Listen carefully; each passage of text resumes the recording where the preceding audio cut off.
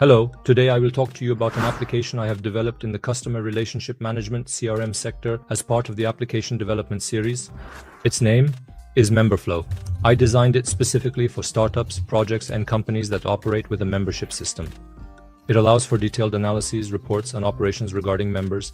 Each company can have its own unique application, but the modules of these applications can vary for everyone.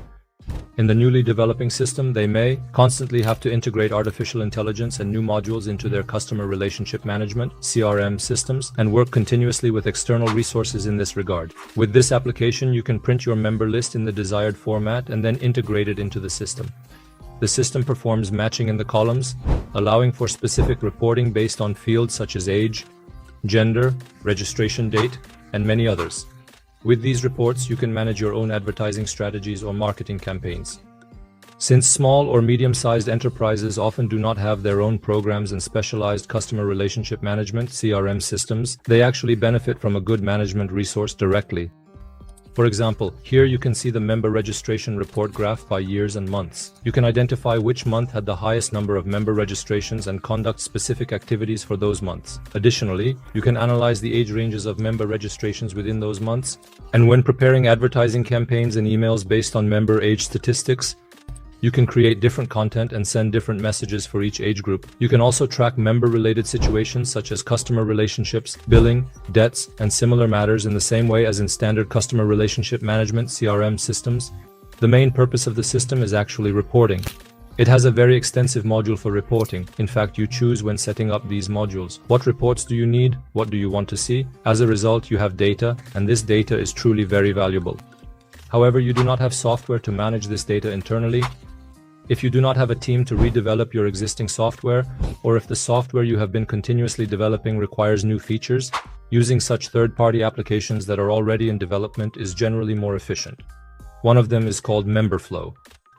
It offers the possibility to work modularly with many different types of banks. The program also includes a wide range of pricing settings. If you wish, you can enter your new member registrations here in accordance with the system's report. Similarly, you have the opportunity to send data to your own database from here. Alternatively, if you prefer not to connect your existing member system online, you can simply upload your members here during the periods when you need reports, and after obtaining the necessary reports and submissions, you can continue using your own system. The member management screens also have a modular structure. You can also add and remove different buttons and modules here according to your own needs. You can create a family structure. From here, you can manage your content, invoices, emails, notes, and marketing strategies. You can also retrieve debts from the system in the same way. Technically speaking, the application is an ASP.NET project developed on Visual Studio 2022. In general, when entering the main panel designs, what data is currently available in the application, and what is the total number of these data. I like to show this as a metric. Afterwards, I define the Quick Actions button area. Generally, I add the pages that are most frequently accessed when the application is entered here. When first entered, I generally present the statistics section in the form of two graphical reports on the home page. If you play around too much, this will fall. I sometimes make little jokes like this. It's unnecessary within the application. This also makes developing the application more enjoyable for me. It can be boring at times, but I love it. Normally, I work on a brand identity for every application I develop from the very beginning. I choose a logo, a color palette, and actually develop the application's front end accordingly. However, I have not yet worked on a brand identity for this application. I have only tried to proceed based on the color and design combinations in my mind. I can say that I only used a font-like logo. Yes, what did we say? Oh, HTML, JavaScript, ASP.NET, C# project HTML, JavaScript. In some places OJS is used, in some places. Generally, I prefer web form or MVC for simple applications. In some cases, if the form processes are to be mutual, I prefer VJS depending on the situation. I am transitioning to a layered architecture for projects that require a much more comprehensive web service. MS SQL was also used as the database and has been deployed. I can say that it is currently being used in 6 different European countries through a funeral fund. I would also like to mention how we stayed in contact with the company that requested custom software from us. Generally, after conducting a preliminary meeting and gathering their requests, we prepare a presentation. This is referred to as the presentation after the brief. In this preliminary presentation we have prepared, we will discuss what we will do, the overall structure of the application, and all the modules that will be included in the application. We are trying to cover as many details as possible because it is essential to have a mutual understanding during the software development process. If you are clear with each other, you will better address the needs of the other party. You will also make your own process faster and healthier. Therefore, it is very important to include all modules and pages in these preliminary presentations as detailed as we have done here. We are trying not to overlook any details in this process. In this preliminary presentation, we aim to cover as much as possible about what the application will include.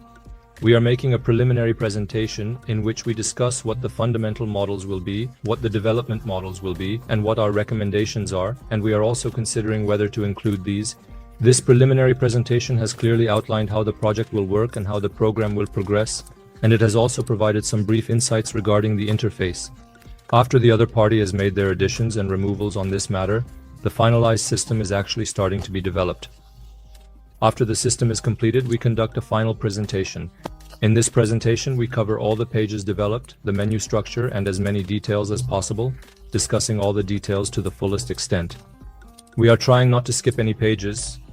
As you can see, there is also a presentation of about 30-40 pages here. Afterwards, our technical support process begins. We continue our service according to the technical support process we agreed upon with the other party and the server hosting agreement. I can say that we ensure this. In fact, most of the applications I have shared in this series were already developed in the past. I currently have applications that I am considering adding some artificial intelligence features to. I am considering creating a video series in the future on how we can develop these applications as quickly as possible using the most up-to-date methods. Right now, I am actually working to show what I have done as ideas and what can be done in this video series. I hope it will be useful. So, I am currently aiming to create a series that I want to add to my portfolio. Thank you. From software dreams to AI schemes, we build the future on Tech Supremes. Design, evolve, your goals align. All you need is Online.